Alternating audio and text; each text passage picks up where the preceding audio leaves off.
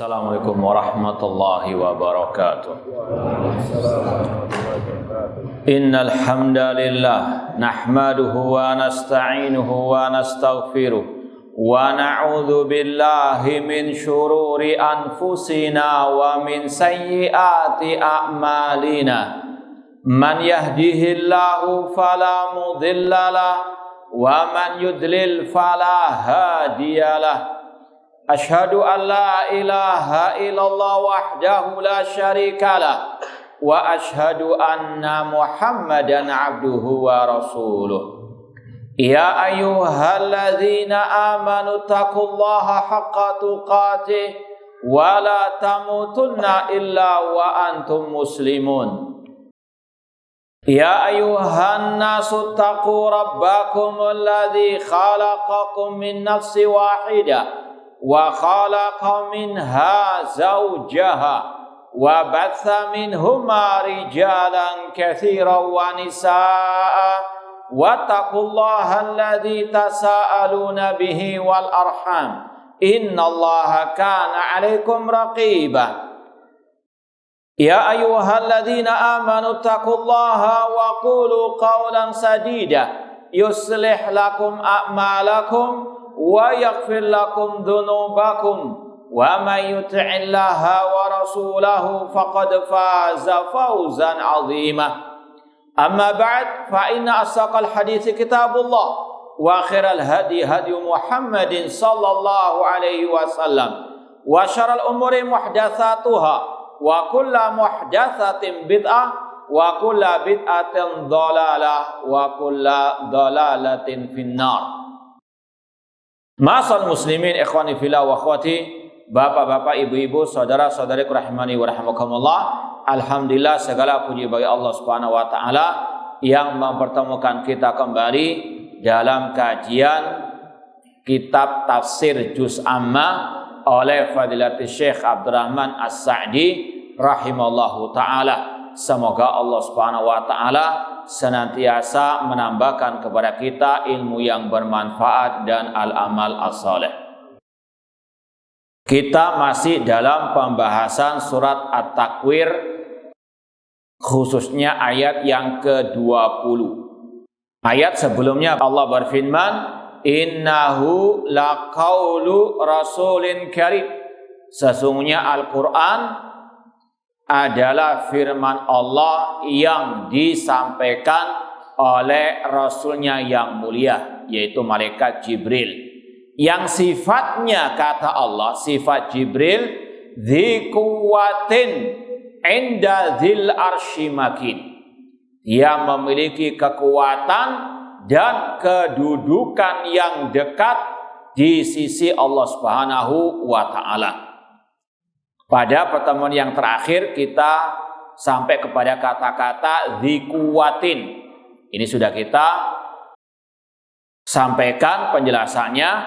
Allah Subhanahu wa taala memberikan kekuatan yang luar biasa kepada malaikat Jibril. Kemudian di antara sifat Jibril juga kata Allah inda dzil arsy. Dia, malaikat Jibril, memiliki kedudukan di sisi Allah yang memiliki arsy. Kata Syekh Abdurrahman As-Sa'di, ay Jibril, yang dimaksud dalam ayat ini adalah malaikat Jibril. Dan sudah kita sampaikan ada ayat yang mirip dengan ayat tadi, innahu laqaulu rasulin karim, dalam akhir-akhir surat Al-Haqqah. Innahu laqaulu rasulin karim wa ma huwa biqauli syair qalilan ma tu'minun wa ma huwa biqauli kahin. Kalau yang dalam surat Al-Haqqah itu maksudnya adalah Nabi Muhammad sallallahu alaihi wasallam. Dan sudah kita sampaikan, maka dari sinilah ketika ada dua ayat yang ini berbeda, yang satu maksudnya Rasul adalah Nabi Muhammad dalam surat Al-Haqqah, dalam surat ini At-Takwir adalah malaikat Jibril, maka wajib diyakini Al-Quran adalah kalam Allah. Karena nggak mungkin Al-Quran dikatakan ucapan Nabi, namun juga dikatakan ucapan malaikat Jibril. maka mereka berdua hanya menyampaikan kalamullah. Nah, makanya disifati dengan Rasul. Innahu laqaulu rasulin karim. Dalam ayat ini yang dimaksud adalah ayat Jibril. Muqarrabun indallah. Beliau sangat dekat kedudukannya di sisi Allah Subhanahu wa ta'ala. Lahu manzilatun rafi'atun. Beliau memiliki kedudukan yang tinggi. Wa khasisatun minallah. Dan memiliki keistimewaan di sisi Allah. Ikhtassahu biha. Yang Allah istimewakan Jibril. Dan sudah kita sampaikan, malaikat yang termulia adalah malaikat Jibril. Sebagaimana dalam firman Allah, tanazzalul malaikatu waruh. Allah sebutkan secara khusus malaikat Jibril di samping malaikat-malaikat yang lain. Itu menunjukkan kedudukan malaikat Jibril, bahwasanya beliau malaikat yang paling mulia dibandingkan malaikat-malaikat yang lainnya. Kemudian dalam ayat tadi ada kata-kata al-arsh inda dzil arsy. Dalam ayat dikatakan dzul arsyil majid. Dalam surat apa itu? Dzul arsyil majid. Surat Al-Buruj. Allah yang memiliki al-arsh. Allah Rabbul Arsyil Azim. Maka wajib setiap muslim muslimah meyakini al-arsh itu makhluk ciptaan Allah. Sekali lagi, al-arsh adalah makhluk ciptaan Allah. Kalau Anda ditanya apakah arsh itu makhluk, jawabnya apa? Jangan ngomong wallahu a'lam lagi ya.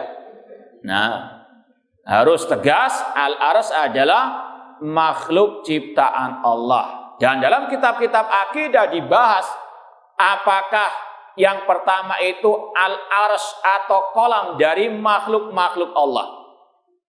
Awalul makhlukat, apakah al-arsh atau al-kolam. Artinya intinya tadi al-arsh adalah apa? Makhluk. Memang ada khilaf di antara para ulama, apakah makhluk yang pertama itu al-arsh atau pena takdir. Meskipun yang rajih, yang kuat, bahwasanya al-arsh adalah awalul makhlukat. Di antara keistimewaan al-arsh, yang pertama, arsh adalah makhluk pertama yang Allah ciptakan. Dalilnya dalam hadis riwayat Muslim, Rasul mengatakan, innallaha kataba maqadirul khalaiq qabla an yakhluqas samawati wal arda bi khamsina alfasana. Sesungguhnya Allah mentakdirkan semua takdir makhluk 50.000 tahun sebelum penciptaan langit dan bumi. Ini berkaitan dengan catatan pena takdir. Dalam riwayat dikatakan Allah berfirman kepada pena takdir, uktub, kata Allah, tulislah wahai al-qalam.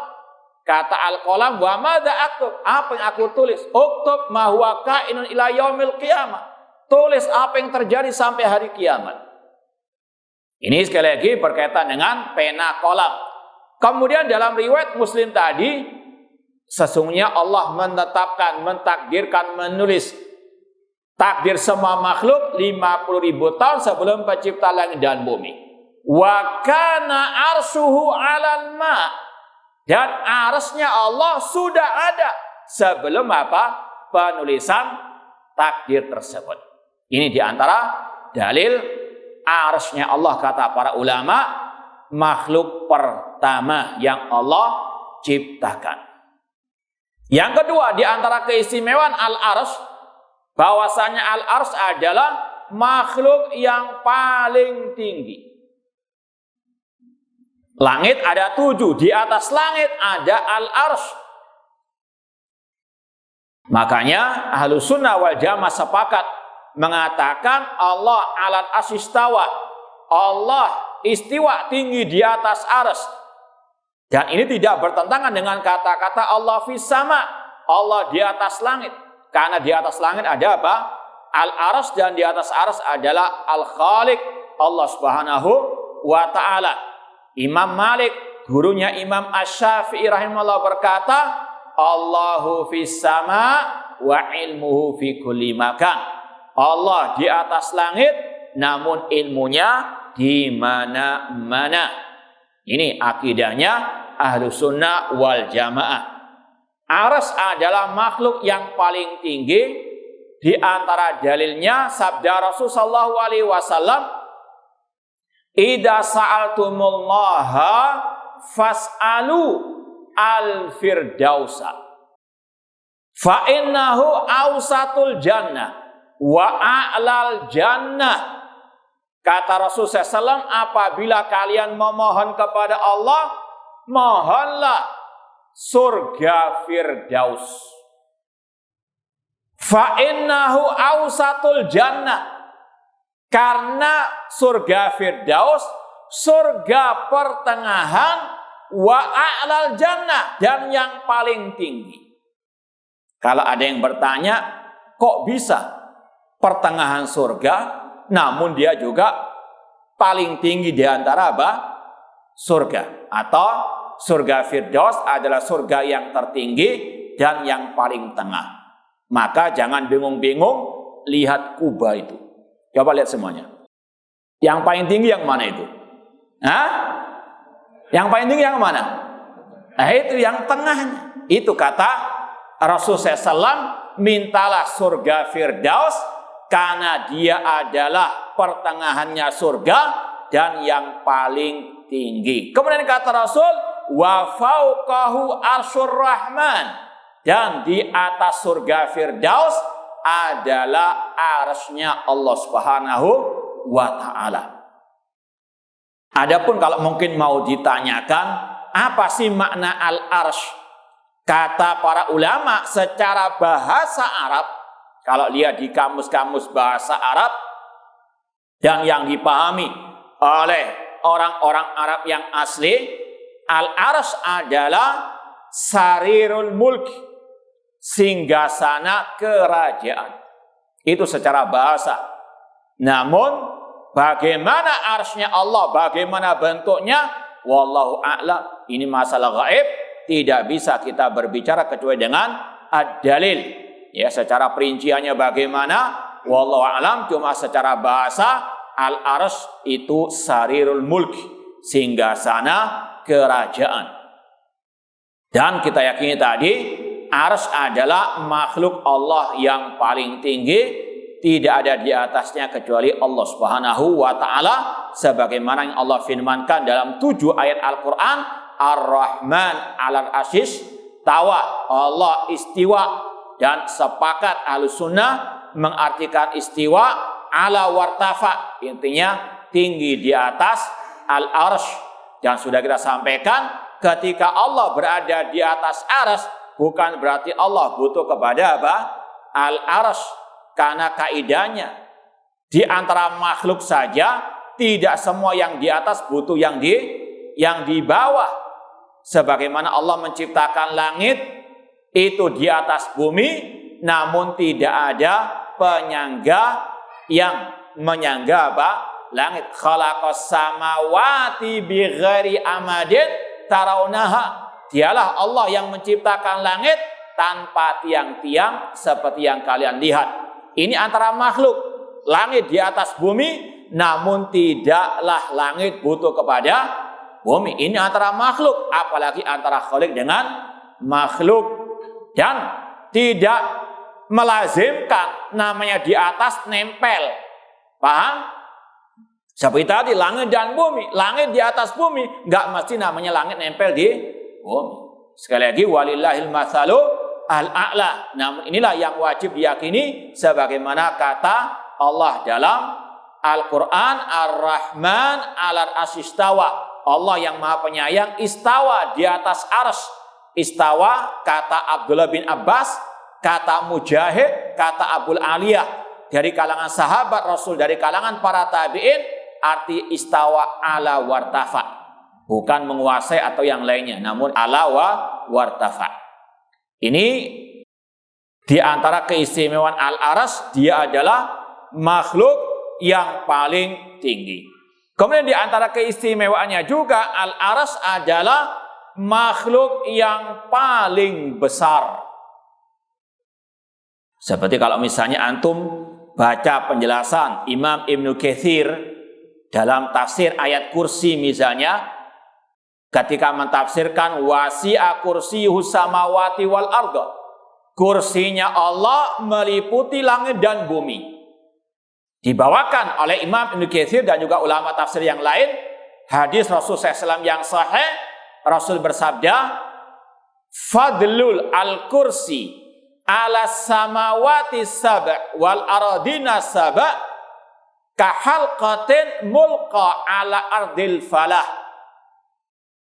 Perbandingan antara kursinya Allah. Kalau tafsirnya Abdullah bin Abbas, seorang sahabat Rasul, apa arti kursinya Allah? Maudhi'ul qadamain, tempat kedua telapak kaki Allah. Kita wajib meyakini semua sifat-sifat Allah tanpa menyerupakannya dengan makhluk, tanpa membayang-bayangkannya, tanpa mentakwil, menyelewengkan dari mana yang sebenarnya, dan tidak boleh menafikan. Kata Abdullah bin Abbas, arti wasi'a kursiyuhus samawati wal arda, kursinya Allah, tempat kedua telapak kaki Allah. Kata Rasul, perbandingan kursinya Allah dengan 7 lapis langit, 7 lapis bumi, itu seperti lingkaran kecil dilemparkan di tanah yang lapang atau di gurun pasir atau di lapangan yang besar. 7 lapis langit, 7 lapis bumi seperti apa? Gelang kecil dibandingkan kursinya Allah. Ini makna dari surat Al-Baqarah 255 alias ayat kursi, wasi'a kursiyuhus samawati wal arda. Kursinya Allah meliputi langit dan bumi. Kursinya Allah lebih besar dibandingkan langit dan bumi, perbandingannya seperti tadi. Dan perbandingannya arsy dengan kursi Allah sama dengan tadi juga. Wa fadlul arsy ala kursi ka fadli tilkal halqa ala tilkal fala, atau kama qala Rasulullah SAW. Dan perbandingan antara arsy-nya Allah dengan kursinya Allah seperti tadi, gelang yang lingkaran kecil dilemparkan di tanah yang lapang. Tanah yang lapang itu ibaratnya seperti arsy-nya Allah, sedangkan gelang atau lingkaran kecil itu seperti kursinya Allah. Maka yang paling besar adalah arsy-nya Allah, kemudian kursinya Allah, kemudian 7 lapis langit dan 7 lapis bumi. Dan kata para ulama, ini menunjukkan bagaimana kebesaran Allah Subhanahu wa ta'ala. Langit yang kita lihat sebesar ini dibandingkan kursi seperti apa? Gelang. Lalu bagaimana dengan kita? Allahu Akbar. Nah, ini yang berkaitan dengan indadil arsy. Arsy sekali lagi makhluk bukan makhluk. Ya, ini karena sekali lagi pentingnya pembahasan ini, jangan sampai tidak tahu arsy adalah makhluk, ya, ciptaan Allah Subhanahu wa taala. Kemudian kata Allah, inda dzil arsy makin. Jibril memiliki kedudukan di sisi Allah Subhanahu wa taala yang memiliki al-arsy. Ailahu makanatun wa manzilatun fauqa manazilil malaikati kullihim.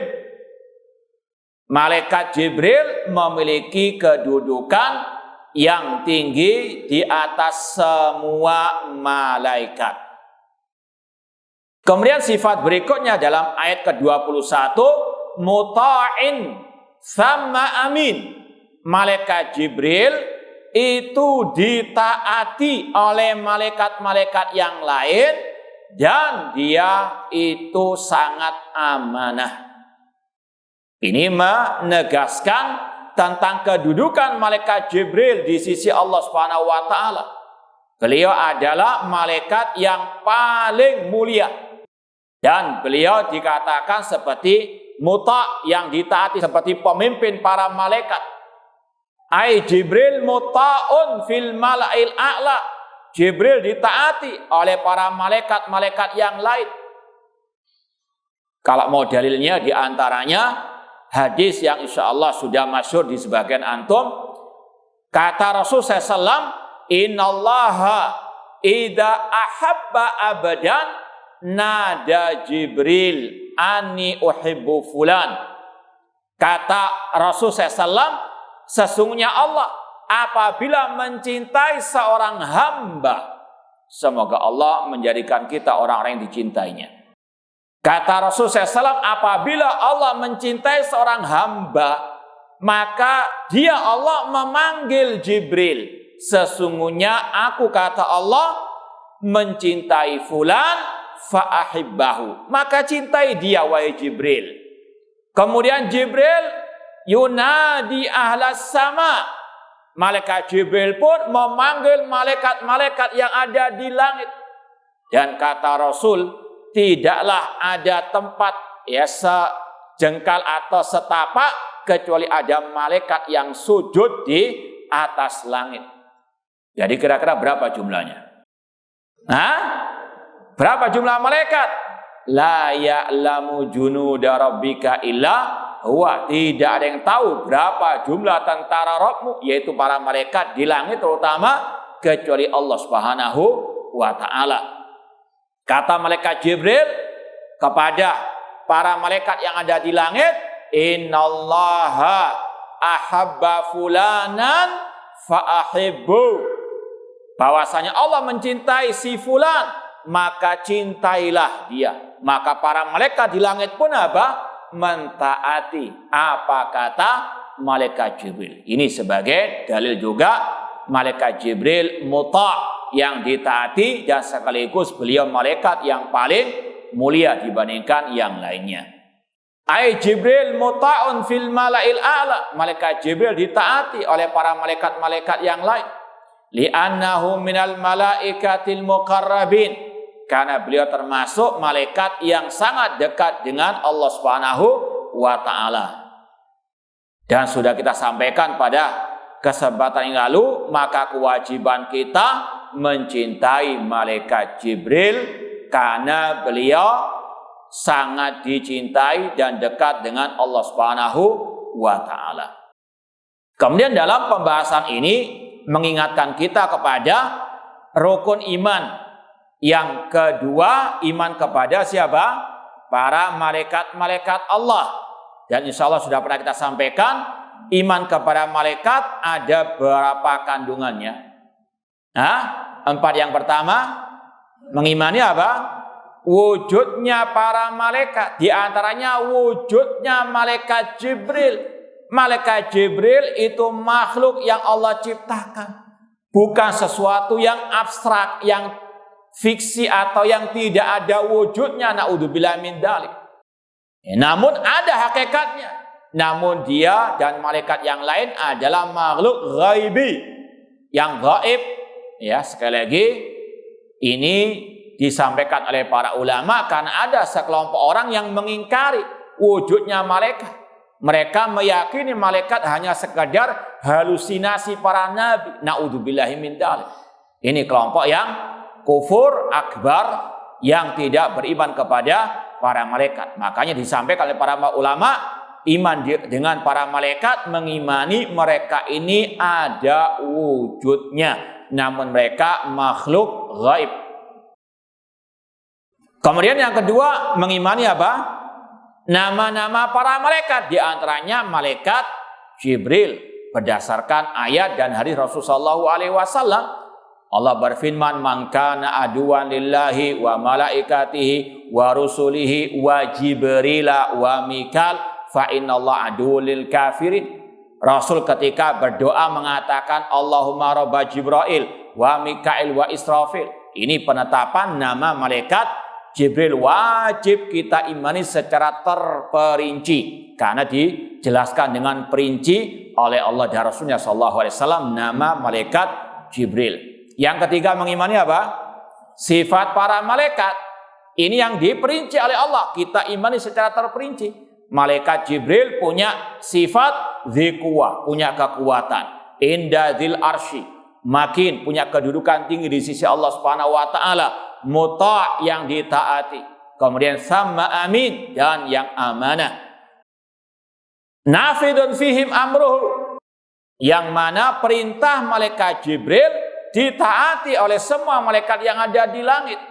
Muta'un ra'yuhu. Ya, sekali lagi perintahnya Jibril ditaati oleh para malaikat-malaikat yang lain.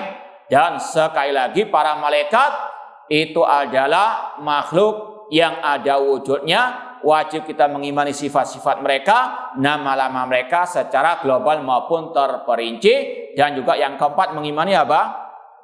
Tugas-tugas para malaikat. Di antaranya malaikat Jibril di antaranya menurunkan Al-Qur'anu Al-Karim. Dan mereka la ya'sunallaha ma amarahum wa yaf'aluna ma yu'marun.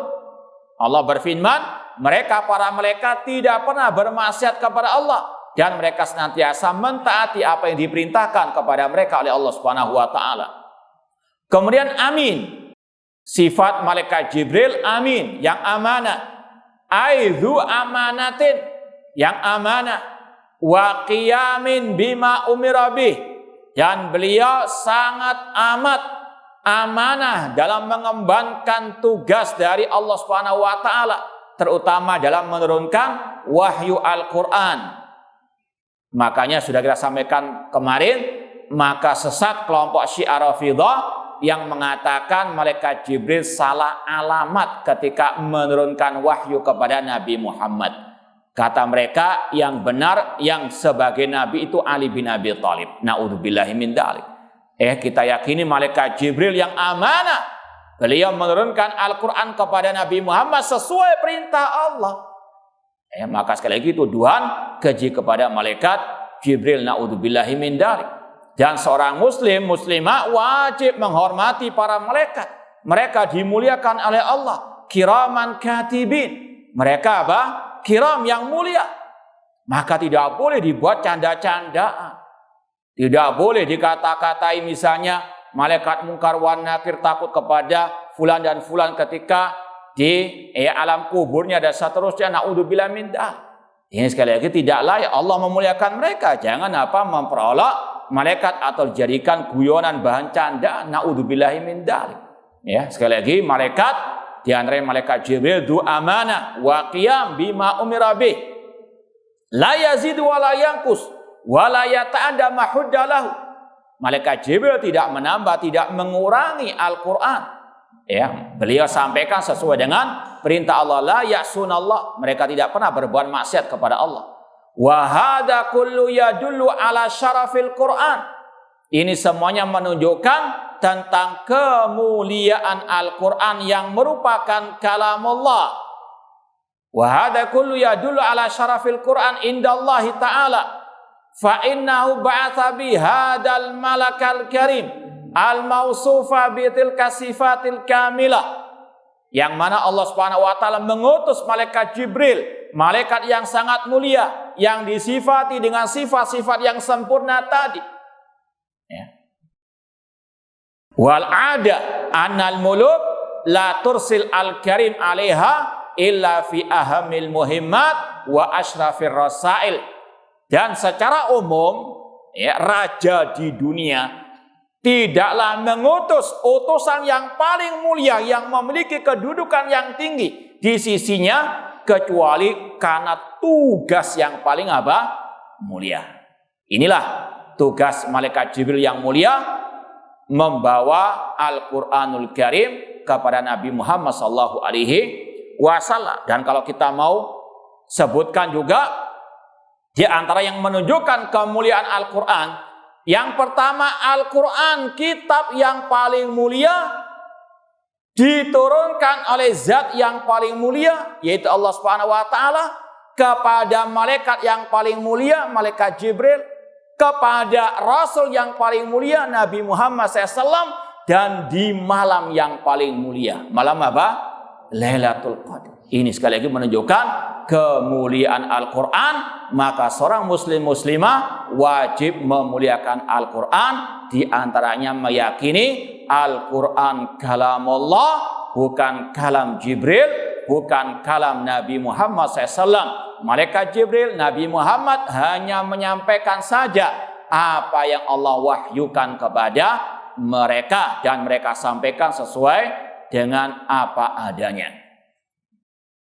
Poin ayat yang ke-22, Allah berfirman, wa ma sahibukum bimajnun. Tidaklah Nabi Muhammad itu orang yang gila. Kata Syekh Abdurrahman As-Sa'di, walamma dzakara fadla rasulil malaki alladzi ja'a bil Qur'an, dzakara fadla rasulil bashari alladzi nazal alaihil Qur'an wa da'a ilaihi an-nasa. Setelah Allah menyebutkan keutamaan, kedudukan utusannya dari kalangan malaikat yang membawa Al-Quran, yaitu malaikat Jibril, Allah sebutkan juga keutamaan utusannya dari kalangan manusia. Ya sudah kita sampaikan juga, Rasulullah, utusan Allah ada dua, dari kalangan malaikat dan dari kalangan apa? Manusia. Allah berfirman, Allahu yastafi minal malaikati rusulan wa minan nas. Allah memilih utusan-utusannya dari kalangan malaikat dan dari kalangan apa? Manusia. Di antara utusan Allah dari kalangan malaikat, malaikat Jibril. Dan di antara Rasul utusan Allah dari kalangan manusia, Nabi kita Muhammad sallallahu alaihi wasallam. Dalam surat At-Takwir ini, setelah Allah menyebutkan kedudukan utusannya dari kalangan malaikat, yaitu malaikat Jibril, Allah menyebutkan keutamaan utusannya dari kalangan manusia, yaitu Nabi kita Muhammad sallallahu alaihi wasallam. Dan sudah saya sampaikan, ini menunjukkan tentang keutamaan Al-Qur'anul Karim, kitab yang paling mulia, diturunkan oleh zat yang paling mulia kepada malaikat yang paling mulia, kepada Rasul manusia yang paling mulia, di malam yang paling mulia. Kemudian kata beliau, faqala wa ma sahibukum, Nabi Muhammad sahibukum, ini ditujukan kepada orang-orang kafir Quraisy. Rasul dikatakan sahibukum, sahibnya kalian, yang artinya mereka orang kafir Quraisy sangat amat dekat dengan Nabi Muhammad. Mereka sangat paham bagaimana sifat mulianya Nabi Muhammad SAW. Sebelum dia diutus sebagai Nabi, beliau digelari dengan apa? As-Sadiqul Amin, yang jujur, yang amanah. Bahkan sempat dijadikan apa? Juru damai untuk apa? Menaruh Hajar Aswad. Ini sebelum beliau diutus sebagai Nabi, sebelum beliau dakwah tauhid, sebelum beliau melarang mereka dari kesyirikan. Dimulia-muliakan, diagung-agungkan. Namun ketika sudah dakwah tauhid, mereka pun menggelari Rasul dengan syairun majnun, penyair yang gila. Seperti yang Allah firmankan dalam surat As-Saffat, innahum kanu idza qila lahum la ilaha illallah yastakbirun. Sesungguhnya mereka, orang-orang kafir Quraisy, ketika disuruh untuk mengucapkan la ilaha illallah, mereka yastakbirun, mereka sombong. Bukan karena mereka nggak tahu artinya, mereka tahu artinya. Justru karena mereka tahu artinya, mereka enggan. Karena itu akan melawan arus masyarakat, melawan kearifan lokal di tempat mereka yang menyembah banyak sesembahan. Dan itu yang mereka katakan. Wa yaqulun a inna latariku alihatina li syairin majnun. Mereka orang kafir Quraisy mengatakan, apakah kami akan meninggalkan sesembahan-sesembahan kami yang banyak ini hanya untuk mengikuti seorang penyair yang gila. Na'udzubillah min dzalik. Rasul itu apa? Penyair yang gila. Maka Allah bantah. Wa ma sahibukum bimajnun. Rasul bukan orang yang gila. Beliau orang yang paling cerdas, orang yang paling berakal sehat. Ya, namun itulah orang-orang yang mendustakan ayat Allah, yang telah berkarat kesyirikan, tidak mau menerima dakwah at-tauhid. Makanya kata para ulama, dakwah tauhid ini banyak ditinggalkan oleh manusia karena memang berat resikonya, dimusuhi oleh orang banyak, bahkan yang paling terdekat. Seperti Rasul di sini dimusuhi oleh orang-orang yang terdekat dengan beliau, bahkan paman beliau Abu Lahab, tabban laka ya Muhammad alihada jama'tana. Sampai Allah turunkan tabat yada abi lahabin wata.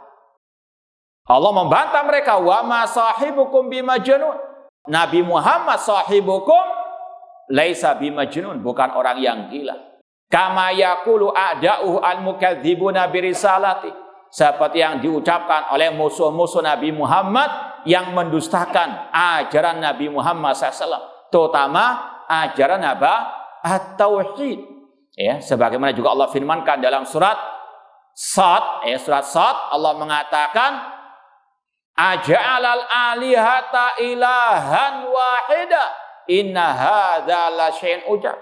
Apakah Muhammad ingin menjadikan sesembahan yang banyak hanya satu sesembahan? Ini adalah sesuatu yang aneh. Dakwah tauhid kata mereka aneh.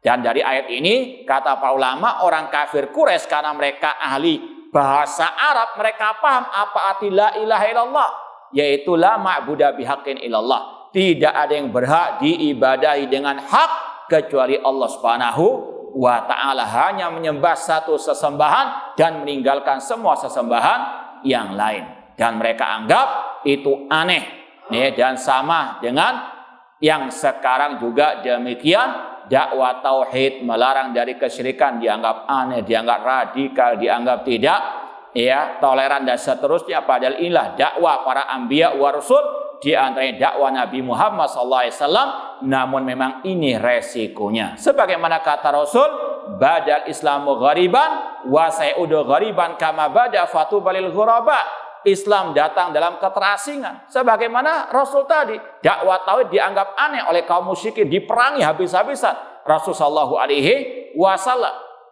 Dan kata Rasul akan kembali Islam dalam keterasingan seperti awal mulanya. Namun kata Rasul fatubalil ghuraba, beruntunglah orang-orang yang terasing, yaitu yang mengikuti jejak Rasul SAW di antaranya dalam dakwah at-tauhid. Baik, ini yang mungkin bisa kita sampaikan, kurang lebihnya mohon maaf. Wa jazakumullahu khairan. Wassalamualaikum warahmatullahi wabarakatuh.